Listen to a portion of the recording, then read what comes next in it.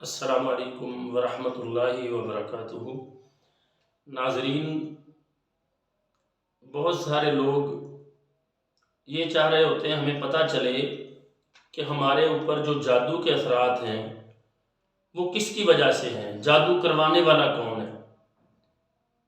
بہت زیادہ لوگ یہ سوال کرتے ہیں اور پھر اس کے لیے عاملین کے پاس بھی جا چکے ہوتے ہیں، ہم فلاں صاحب کے پاس بھی گئے تھے، ہم فلاں کے پاس بھی گئے تھے، اور کسی نے ہمیں کہہ دیا کہ آپ پر جادو کروانے والی آپ کی پھوپھی جان ہے، کسی نے ہمیں کہہ دیا آپ پر جادو کروانے والی تو آپ کی خالہ جان ہے، تو کسی نے کہہ دیا کہ آپ پر جادو کروانے والے آپ کے سسرالیوں میں سے کوئی ہیں۔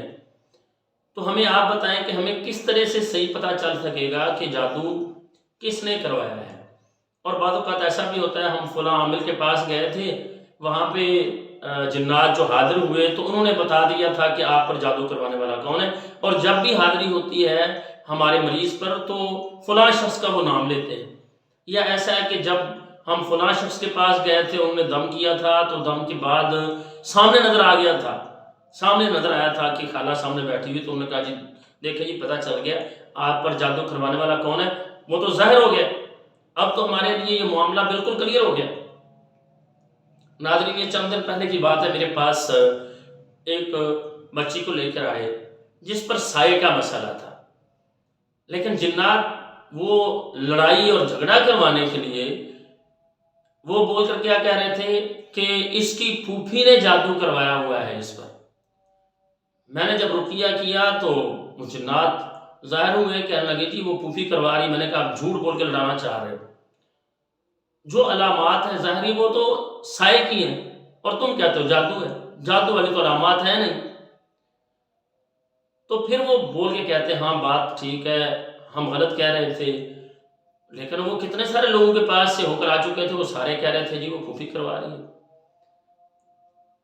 تو ناظرین، جنات لڑانا چاہ رہے ہوتے ہیں، فساد چاہتے ہیں اور جھوٹ بولتے ہیں، ان کی بات پہ کوئی یقین نہیں کرنا چاہیے، اور اس بات کے ساتھ بھی کوئی کلیئر نہیں ہو جاتا کہ جی سامنے نظر آ گیا، ہمیں پتہ چل گیا، سامنے نظر آ گیا کہ فلاں کروانے والا ہے۔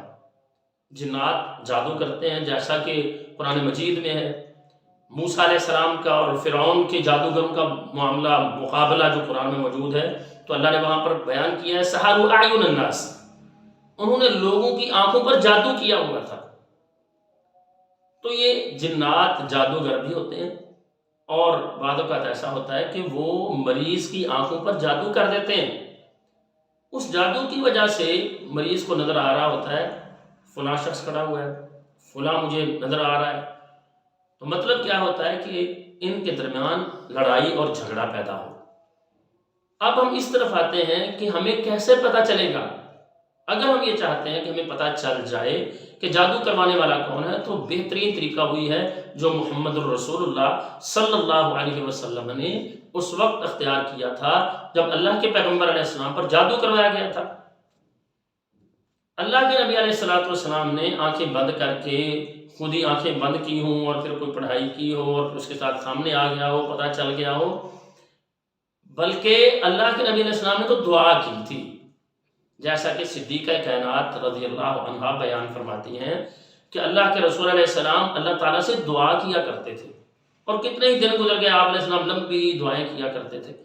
تو ایک دن پھر اللہ کے نبی علیہ السلام جب بیدار ہوئے تو آپ نے بیان کیا کہ مجھے اللہ تعالیٰ نے دکھا دیا ہے سارا معاملہ، اور وہ کیا تھا، وحی کے ذریعے خواب میں اللہ تعالیٰ نے سارا کچھ دکھا دیا تھا کہ آپ پر جادو کس نے کروایا۔ بہترین طریقہ یہی ہے کہ ہم اللہ تعالیٰ سے دعا کریں، جیسا کہ اللہ کے رسول علیہ السلام نے اللہ تعالیٰ سے دعا کی، اور اس کے نتیجے میں اللہ تعالیٰ نے اپنے پیغمبر علیہ السلام کو سارا معاملہ دکھا دیا۔ اور دعا کا طریقہ کیا ہے اور اس کا ٹائم دیکھیں، سب سے بہترین ٹائم ہے تہجد کا، بہترین ٹائم تہجد کا ہے۔ اور نبی علیہ السلام فرماتے ہیں اللہ رب العالمین آسمان دنیا پر تشریف لاتے ہیں اور ایک فرشتے کی ذمہ داری لگاتے ہیں، وہ اعلان کر رہا ہوتا ہے کوئی جو مانگنے والا اسے عطا کیا جائے، ہے کوئی معافی مانگنے والا جس کو معاف کر دیا جائے۔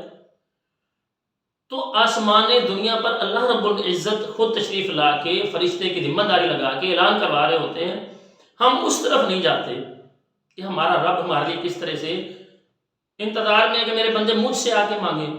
ہم لوگوں پر، کہنوں پر، جھوٹ بولنے والوں پر، دھوکہ دینے والوں پر ہم یقین کر رہے ہوتے ہیں. تو بہترین طریقہ یہ ہے کہ تہجد کے ٹائم نفل ادا کریں، صلاۃ الحاجہ 2 نفل پڑھیں، 4 رکعتیں پڑھیں. اس کے بعد آپ سب سے پہلے اللہ تعالیٰ کی تعریف کلمات، جیسا کہ اللہ کے نبی علیہ السلام نے ایک دعا مانگنے والے سے کہا تھا، آپ نے فرمایا تو نے جلدی کیا مانگنے میں. اس کا طریقہ کیا ہے؟ سب سے پہلے اللہ تعالیٰ کی تعریف کرو، اس کے بعد محمد رسول اللہ صلی اللہ علیہ وسلم پر درود پڑھو. اور بہترین درود کون سا ہے؟ جو ہمارے ہاں مصنوعی درود بنائے ہوئے یہ نہیں، بلکہ بہترین درود ہوئے جو محمد رسول اللہ صلی اللہ علیہ وسلم نے ہمیں سکھایا اور ہم نماز میں پڑھتے ہیں. سب سے بہترین اور افضل درود یہی ہے، اللہم صلی علی محمد وعلی آل محمد کما صلیت علی ابراہیم وعلی آل ابراہیم انک حمید مجید، اللہم بارک علی محمد وعلی آل محمد کما بارکت علی ابراہیم وعلی آل ابراہیم انک حمید مجید. یہ درود پڑھیں. درود پڑھنے کے بعد پھر آپ اللہ تعالیٰ سے دعا کریں کہ یا اللہ جس نے بھی جادو کیا ہوا ہے، جو بھی ہمارے ساتھ معاملہ ہے، تو یا اللہ ہمیں دکھا دو. اور اگر آپ دیکھنا چاہتے ہیں وہ جادو آپ پر اگر کیا گیا تو کہاں رکھا ہوا ہے، اس کا بھی طریقہ یہی ہے کہ آپ اللہ تعالیٰ سے دعا کریں. یا اللہ وہ جگہ جیسے یا اللہ تو نے مدد کی اپنے پیغمبر محمد رسول اللہ صلی اللہ علیہ وسلم کی، اور ان کو یا اللہ تو نے خواب میں دکھا دیا تھا سارا معاملہ، تو یا اللہ ہمارے اوپر بھی وعدے کر دو. انشاءاللہ اللہ رب العزت آپ کی مدد کریں گے اور اللہ تعالیٰ آپ کے سامنے معاملہ لے جائیں گے. بہترین طریقہ یہ.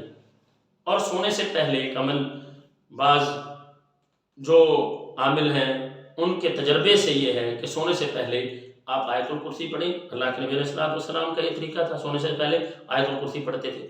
آخری 3 کل پڑھیں. پڑھنے کا طریقہ کیا ہے؟ ہاتھ ایسے چہرے کے سامنے لائیں اور سورہ اخلاص، سورہ فلق، سورہ الناس، تینوں سورتوں کو آپ پڑھیں. پڑھنے کے بعد ہاتھوں پر پھونکیں. تو پھونکنے کے بعد آپ سارے جسم پہ مار لیں. پھر دوسری بار اسی طرح سے آخری 3 کل پڑھیں. پڑھنے کے بعد یہ انداز جس کو کہتے ہیں نف، جس کے اندر لعاب شامل ہو ہلکا سا، وہ پھونک آپ ہاتھوں پہ ماریں، جسم پہ مار لیں. تیسری بار پھر ایسا کریں. پھر سورہ البقرہ کی آخری 2 آیات یہ پڑھیں. پڑھنے کے بعد پھر آپ سورہ البقرہ کی 32 نمبر آیت 41 مرتبہ پڑھیں. قالوا سبحانك لا علم لنا الا ما علمتنا انك انت العليم الحكيم. یہ آیت سورہ البقرہ کی 32 نمبر آیت 41 دفعہ پڑھیں. پڑھنے کے بعد آپ اللہ تعالیٰ سے دعا کر کے سو جائیں. انشاءاللہ آپ ایک ہفتہ کر لیں، اللہ تعالیٰ آپ کے لیے آسانی کریں گے. اور یاد رکھیں بعض اوقات اللہ تعالیٰ نہیں دکھانا چاہ رہے ہوتے، اللہ کی حکمتوں کو ہم نہیں جانتے، اللہ ہی جانتے ہیں. اللہ نہیں دکھانا چاہ رہے ہوتے تو اس میں اللہ تعالیٰ کی حکمت ہے. ہم دعا بھی کر رہے ہیں، اللہ تعالیٰ سے مانگ رہے ہیں، اللہ نہیں دکھا رہے تو بس ٹھیک ہے، اللہ نہیں دکھانا چاہتے تو کوئی بڑا ضروری نہیں کہ ہم دیکھنا چاہتے ہیں. اللہ نہیں دکھانا چاہتے، کتنی حکمتیں اللہ جانتے ہیں. لیکن انشاءاللہ ہمارے لیے اگر بہتر ہوگا کہ اللہ ہمیں دکھائیں تو ضرور اس کے ساتھ، اس دعا کے ساتھ، رات کو اس عمل کرنے کے ساتھ آپ ایک ہفتہ کر لیں، 11 دن کر لیں. انشاءاللہ اللہ تعالیٰ آپ کے سامنے یہ معاملہ وعدے کر دیں گے. جادو کہاں پر ہے یہ بھی دعا کریں، جادو کروانے والا کون ہے، آپ کو انشاءاللہ اللہ تعالیٰ اپنی آنکھوں کے سامنے یہ معاملہ دکھا دیں گے. بہترین عمل یہ ہے، بہترین طریقہ یہ ہے.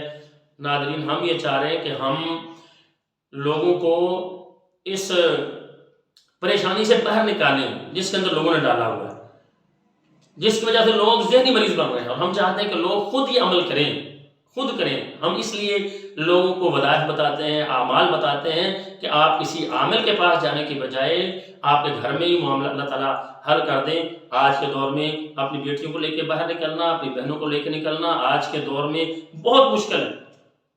اور یہ حقیقت ہے. جو لوگ پریشان ہیں، لوگ بھی بڑی باتیں کرتے ہیں، خاندان میں بھی باتیں ہوتی ہیں اور خوفزدہ ہوتے ہیں لوگ. حقیقت یہ ہے کہ اللہ رب العزت سے ہماری دعا بھی ہے کہ اللہ تعالیٰ سب مسلمان مردوں کو، عورتوں کو، ہماری بہنوں بیٹیوں کو، سب کو اللہ تعالیٰ گھر میں ہی شفا دے دے. اور اس کا طریقہ یہ ہے کہ ہم خود قرآن کے ساتھ جڑ جائیں اور دعائیں، اذکار، اللہ سے دعا. بہترین طریقہ یہ ہے. انشاءاللہ جو عمل میں نے بتایا اس کو اختیار کریں. اللہ رب العزت ہماری مدد فرمائیں گے. السلام علیکم ورحمۃ اللہ وبرکاتہ.